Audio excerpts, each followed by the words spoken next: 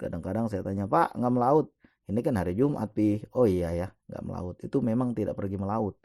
Dulu saya punya engkong di Betawi, kalau udah hari Jumat itu beliau udah mandi dari jam 11. Engkong Haji itu mandi dari jam 11, lalu sepanjang dari pagi subuh itu, habis pulang sembahyang subuh di masjid, nggak lama keluarnya, lama keluar dari masjid itu berzikir-zikir dulu, baca Yasin, terutama namanya juga orang dulu. Baca Yasin walaupun dibilang baca Yasin itu hadisnya maudhu lah. Ada yang bilang hadisnya doib lah. Nah, itu masyarakat kita masih sering mengerjakan membaca surat Yasin. Lagian baca surat Yasin emang kapan aja ini boleh. Kapan aja boleh gitu surat Yasin. Malam Jumat kan kagak masalah. Baca aja malam Jumat. Kenapa emang pagi Jumat, malam Jumat? Kapan aja boleh. Nah, cuma masalahnya ini kita yang jadi ribut adalah baca Yasin hari malam Jumat, hari Jumat bid'ah. Lalu nongkrong dangdut kagak bid'ah. Bid'ah kan urusan agama aja. Lah urusan agama lu ramein, urusan kayak gini-ginian, urusan-urusan maksiat, orang kagak pada ribut. Nah, itulah makanya saya melihat orang-orang zaman terutama nih yang saya perhatiin bagaimana kehidupan engkong-engkong saya, engkong-engkong Haji dulu. Rumah engkong itu dulu adanya yang kalau sekarang kita buka di Google Map posisinya ada di sekitar Landasan 2 Bandar Udara Soekarno Hatta di apa namanya di Kampung Benda. Dulu Kampung Benda udah ada pada tahun itu, tapi sejak tahun 1970-an ya itu udah mulai dipindahin tuh. Karena waktu itu 7 kampung habis untuk buat Bandar Udara Soekarno Hatta itu. Termasuk salah satunya ada Kampung Benda. Biasanya engkong kalau enggak hari Jumat itu pergi milir. Apa itu milir? Orang zaman dulu-dulu aja yang tahu. Milir itu naik sepeda ke arah kota bawa sayuran karena beliau petani. Tani bayam apalagi itu sawi, terong biasanya banyak. Itu dibawa ke pasar. Tapi selain itu engkong juga punya bagang. Bagang itu apa? Untuk nangkep ikan di Kamal. Kamal, daerah Kamal. Dulu ya, bukan sekarang. Kalau sekarang ya mungkin udah nggak ada lagi, udah susah. Udah susah mungkin perlu ke tengah lagi karena pembangunan yang begitu pesat. Pada tahun 1970 ke bawah itu engkong punya bagang. Jadi kalau semacam jebakan ikan di tengah laut, nanti itu dikasih lampu, lalu lampu itu ditaruh jaring di bawahnya ikan pada datang main-main di bawah lampu ditarik, nah dapatlah ikan banyak itu. Biasanya juga begitu, kalau pulang tuh dibawa ke benda itu setelah sebagian besar dijual, sisa-sisanya dibawa, masih bawanya tuh masih 2 keronjo, pakai sepeda, dibawa naik sepeda dari Kamal sampai ke benda. Dan jalanan sepi waktu itu kita semua belum pada lahir. Saya aja lahir tahun 74. Waktu itu benda masih ada sebagian baru mau dipindahin kan karena Bandar Udara Soekarno Hatta diresmikannya sama Pak Harto tahun 80-an lah. Nah, itu pun masih banyak persiapannya ya. Pengganti dari Bandar Udara Kemayoran. Nah, sekitar begitulah. Kemudian pada saat itu engkong itu hidupnya penuh berkah. Waktu hari Jumat beliau itu nggak banyak aktivitas, apalagi pergi ke Kamal ke laut nggak. Untuk hari-hari lain. Nah, di rumah paling-paling kalau enggak habis sembahyang subuh itu pergi ke sawah dulu karena nanam padi ke kebun, ada piara kambing, ke kebun ke sawah nanam padi, ngeliat air padi. Kemudian kalau udah jam 9, 10 pulang dan mandi untuk bersiap pergi ke masjid. Sampai ketika beliau pindah ke kampung belakang itu, ke daerah Cengkareng, di belakang cuma bukan di pasarnya. Jadi beliau itu masih mandi juga pada jam segitu. Cuma kondisi udah agak tua karena saudara anaknya pun perempuan semua, nggak ada yang laki dan nggak ada yang bawa ke masjid. Sehingga masjidnya jauh, sehingga karena nggak ada mobil waktu itu kan motor juga susah waktu itu. Orang dulu kan nggak beli motor, belinya sepeda ontel. Jadi nggak ada yang bonceng pergi ke masjid. Waktu itu makanya ada menantu, saya menantu bukan menantu asli, tapi menantu cucu. Itu dia yang suka bawa ke masjid, dibonceng. Nah susahnya ya beginilah nih kalau kita nggak ada anak laki, begitu kita udah tua nih kita susah mau pergi ke masjid. Nggak ada yang bawa. Ya ada anak laki tapi kagak pernah diajarin agama, pada asik sekolah umum, pada asik belajar pelajaran umum, pada asik ngejar pekerjaan, ngejar karir, ngejar kantor. Padahal Orang tua tuh untuk dituntun pergi ke masjid. Kalau masjidnya jauh ya dibawa pakai, kalau udah tua kan susah duduk di motor itu, bisa-bisa ngegabi jatuh. Dibawa pakai kendaraan, pakai mobil mungkin kalau ada rezeki bisa beli. Nah, kalau yang enggak ya mungkin bisa dibawa pakai motor, bisa. Kalau di sini ada semacam beca mesin. Jadi biasanya orang-orang pada pakai itu gitu kan. Kalau mobil mungkin harganya pakai belasan atau puluhan juta. Kalau beca mesin paling-paling juga harganya sekitar 7 juta, udah cakep banget itu. Becanya itu sekitar 2 juta, motornya ya taruhlah motor-motor biasa, itu udah bisa bawa orang tua ke masjid. Ya, ini masalahnya kan kudu kita pikirin juga ke depan. Kadang-kadang orang menyiapkan pensiun, dana pensiun, ini tuh segala macam untuk pensiun, tapi nggak dipikirin nanti kalau udah tua, gua ke masjid, siapa yang bawa? Itu udah susah banget. Udah nggak ada kepikiran kayak gitu. Nah, saya berpikir orang-orang tua karena melihat dari kehidupan orang-orang tua dulu yang penuh dengan berkah. Penuh dengan berkah itu kalau lebaran luar biasa itu makanan sampai 3 meja ditaruh di situ. Saking banyaknya saya juga heran, kong duitnya dari mana ini kan? Dari mana duit ngong tanah rumahnya luas, kebunnya luas. Itu dari mana ya kita nggak pada tahu namanya barokah. Kadang-kadang ada suatu orang ulama begitu di Jawa yang saya dengar dari kawan itu. Ya namanya juga kiai, setiap harinya ngaji, ngajarin anak-anak santrinya dan tamunya banyak itu tiap hari datang. Dan semua tamunya dikasih makan. Pernah ada yang bertanya, dalam hatinya bertanya, ini kawan yang cerita, ini Pak Kiai ini banyak banget tamunya semua dikasih makan. Duitnya dari mana?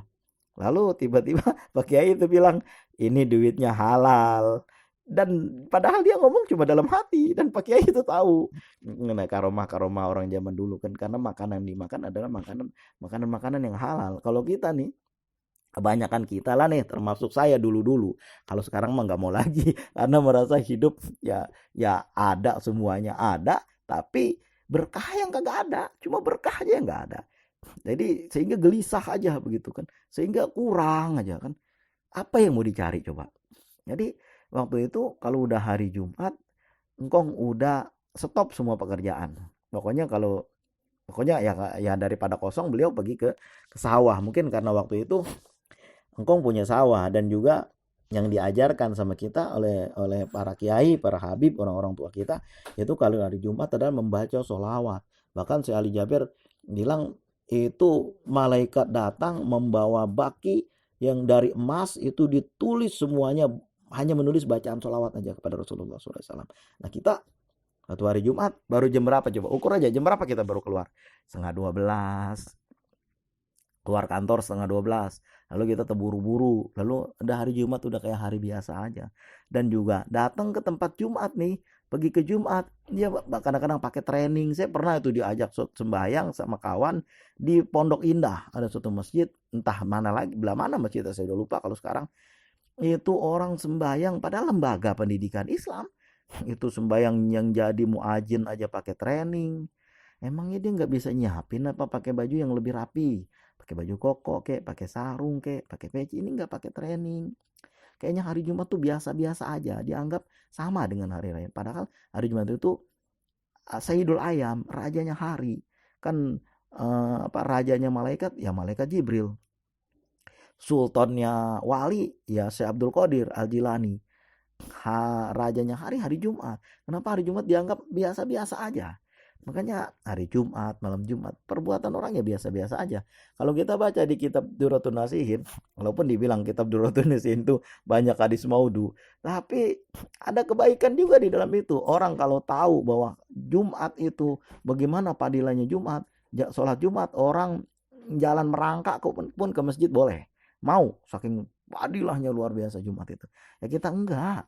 Nanti kalau udah pada meninggal nih udah mulai dah pada sok deket sama Allah kan begitu kan istilahnya, pada sok deket sama Allah. Oh dia mah dulu pergi ke masjid, oh dia mah rumahnya di masjid. Emang kapan dia pergi ke masjidnya? Oh perginya juga jarang. Udah pada mulai sok deket sama Allah. Kalau udah meninggal tuh saudara-saudaranya pada ngomong kan, dia mah dekat dengan masjid. Perasaan kagak ada gue ketemu dia di masjid. Ada aja. Allahumma shalli wa sallim wa barik ala sayyidina Muhammad wa ala ali sayyidina Muhammad. Yang namanya Jumat, yang namanya sholat Jumat, itu padilahnya luar biasa. Membaca sholawat pada hari Jumat, itu kita membaca surat Al-Kahfi pada hari Jumat, membaca sholawat pada hari Jumat, memotong kuku pada hari Jumat, mandi pada hari Jumat, keramas pada hari Jumat. Itu bagian dari menjaga kebersihan yang ada pada hari Jumat. Lalu dari Jumat pakai baju putih-putih, pergi ke masjid dengan jalan di tempat jalan yang berbeda, pakai wewangian, datangnya paling duluan, duduknya paling depanan. Nah, tuh kagak ada, udah zaman sekarang udah susah. Akhirnya apa? Berkahnya diangkat sama Allah, dikurangin sedikit dikurangin. Dulu saya melihat, ini bukan cerita diri orang lain, cerita diri saya sendiri aja. Ketika saya sedang enak-enaknya pekerjaan gitu kan, saya juga lupa, kagak tahu itu karena gak ada yang ngingetin. Dan ketika udah banyak waktu, nggak peduli lagi dengan yang namanya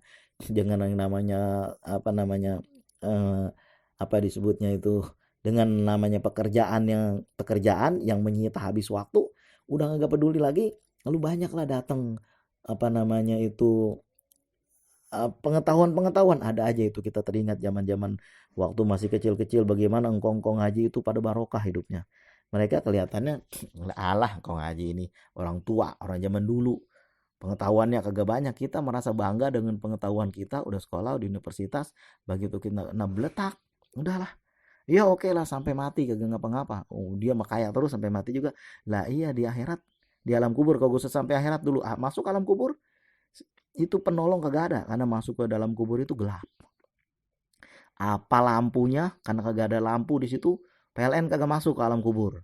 Cuma sampai luarnya doang, masuk ke dalam enggak. Itu masuk alam kubur, bagaimana? Gelap, enggak ada lampunya. Lampunya mana? Tahajud. Kita lampu. Lalu kan kita kagak punya temen di dalam kubur itu. Udah suasana gelap, kita sendirian, takut kagak? Yang paling berani banget tuh eksplorasi tempat-tempat angker, tempat-tempat wingit. Iya, di sini mah sampai bawa-bawa kamera untuk melemin genderuwo kalau ada. Itu pun kalau genderuwo ada. Kadang cuman di film doang. Begitu masuk alam kubur sendirian kita. Siapa yang menemani kita? Kagak ada. Al-Qur'an yang menemani kita. Dialah akan menjelma menemani kita. Dulu ada satu perempuan kan. Misalnya perempuan ini meninggal. Ketika meninggal, tiba-tiba dinding kuburnya rubuh dan dia udah ada di sebuah taman dan dilihat ada perempuan-perempuan yang cantik-cantik pada duduk-duduk di situ. Lalu dia ngapa sih ada di sini? Dia bilang, "Tadi perasaan di dalam kubur." Dia tanya, "Hai kalian semua, putri-putri yang cantik-cantik, ini kalian siapa?" "Kami ini bidadari." "Dan ini di mana?" "Ini di surga." Dia bilang kan. Kenapa saya bisa ada di sini? Emang ibu siapa? Katanya. Saya ini meninggal. Lalu dikuburin. Ketika itu seperti biasa saya nunggu-nunggu malaikat datang. Lalu tiba-tiba dinding kubur saya rubuh dan saya udah ada di sini dan saya melihat kalian.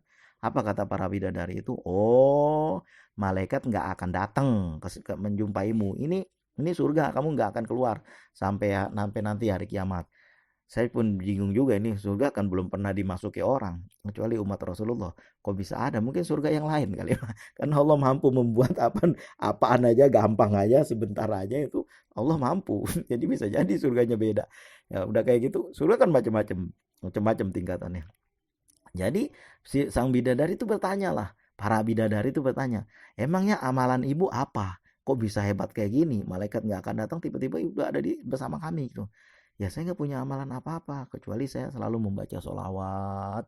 Allahumma sholli wa sallim wa barik ala sayyidina Muhammad wa ala ali sayyidina Muhammad. Ada memang ya bacaan sholawat itu yang kita bacain secara istiqomah. Kita nggak tahu ya, kita merasa aduh ya Allah ini kok gue baca sholawat kagak berpengaruh apa-apa. Ada nggak yang kayak gitu? Ya sama, saya juga begitu. Jadi tiba-tiba di suatu saat itu pekerjaan kita gampang, urusan kita mudah. Tiba-tiba mudah aja begitu kan. Kita nggak tahu, itulah pengaruh dari sholawat yang kita baca. Tiba-tiba itu penyakit-penyakit bahaya-bahaya itu ketolak. Kita nggak pernah tahu itu orang bisa sakit kok kita bisa kagak, kok dia dapat gua kagak. Nah itu kan karena pengaruh dari sholawat.